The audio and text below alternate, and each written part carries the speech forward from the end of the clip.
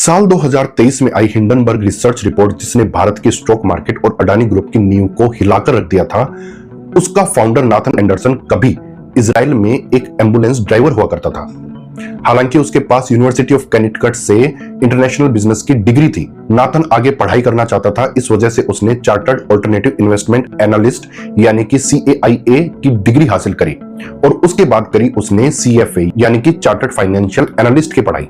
अपनी पढ़ाई खत्म करने के बाद में उसने अमेरिका की एक कंपनी में नौकरी हासिल करी, लेकिन जल्दी ही उसका नौकरी से मन भर गया तो उसने क्लैरिटी स्प्रिंग नाम से अपनी एक फर्म शुरू करी। बात है साल 2008 की, जब एक बहुत बड़े स्कैंडल बर्नी मैडॉफ इन्वेस्टमेंट स्कैंडल का खुलासा हुआ और अमेरिका के 2 बड़े बैंक डूब गए। इसकी वजह से पूरी दुनिया में इकोनॉमिक स्लोडाउन आ गया। इस स्कैंडल को खुलासा करने वाला था हैरी मैक्रोपोलस। हैरी मैक्रोपोलस एक फाइनेंशियल फ्रॉड इन्वेस्टिगेटर था।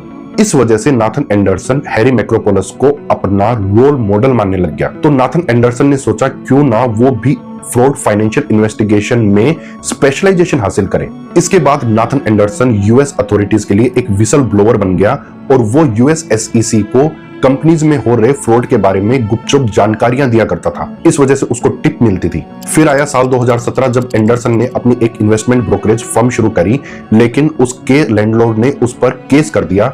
इस वजह से उसे वो फर्म बंद करनी पड़ी। फाइनली साल 2018 में जाकर शुरुआत हुई हिंडनबर्ग रिसर्च की।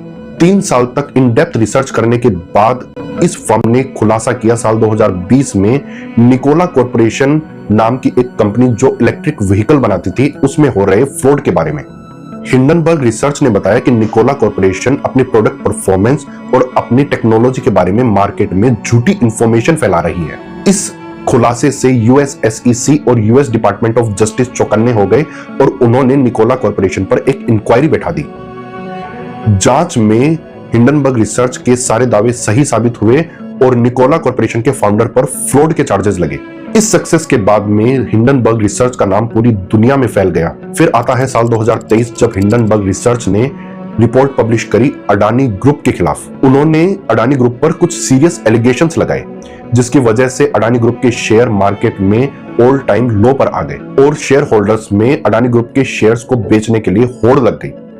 हालांकि बाद में हुई जांच में ये रिपोर्ट गलत साबित हुई। कुल मिलाकर 10 एम्प्लॉइज वाली इस फर्म का काम करने का तरीका कुछ ऐसा है कि ये फर्म पहले किसी कंपनी में हो रहे फ्रॉड के बारे में इन्वेस्टिगेशन करती है और उस पर एक रिपोर्ट बनाती है। इस रिपोर्ट को रिलीज करने से पहले ये फर्म उस टारगेटेड कंपनी में शॉर्ट पोजीशन ले लेती है, यानी कि फ्यूचर में उस कंपनी के शेयर्स को पहले से ही बेच देती है और फिर रिपोर्ट रिलीज करती है और उस रिपोर्ट के रिलीज होने से उस कंपनी के शेयर ऑल टाइम लो पर आ जाते हैं और तब ये फर्म उन शेयर्स को खरीद लेती है और इस तरह से ये फर्म पैसा कमाती है। आपको ये वीडियो कैसा लगा आप हमें कमेंट सेक्शन में जरूर बताएं। हम मिलेंगे आपसे अगले वीडियो में, तब तक के लिए थैंक यू।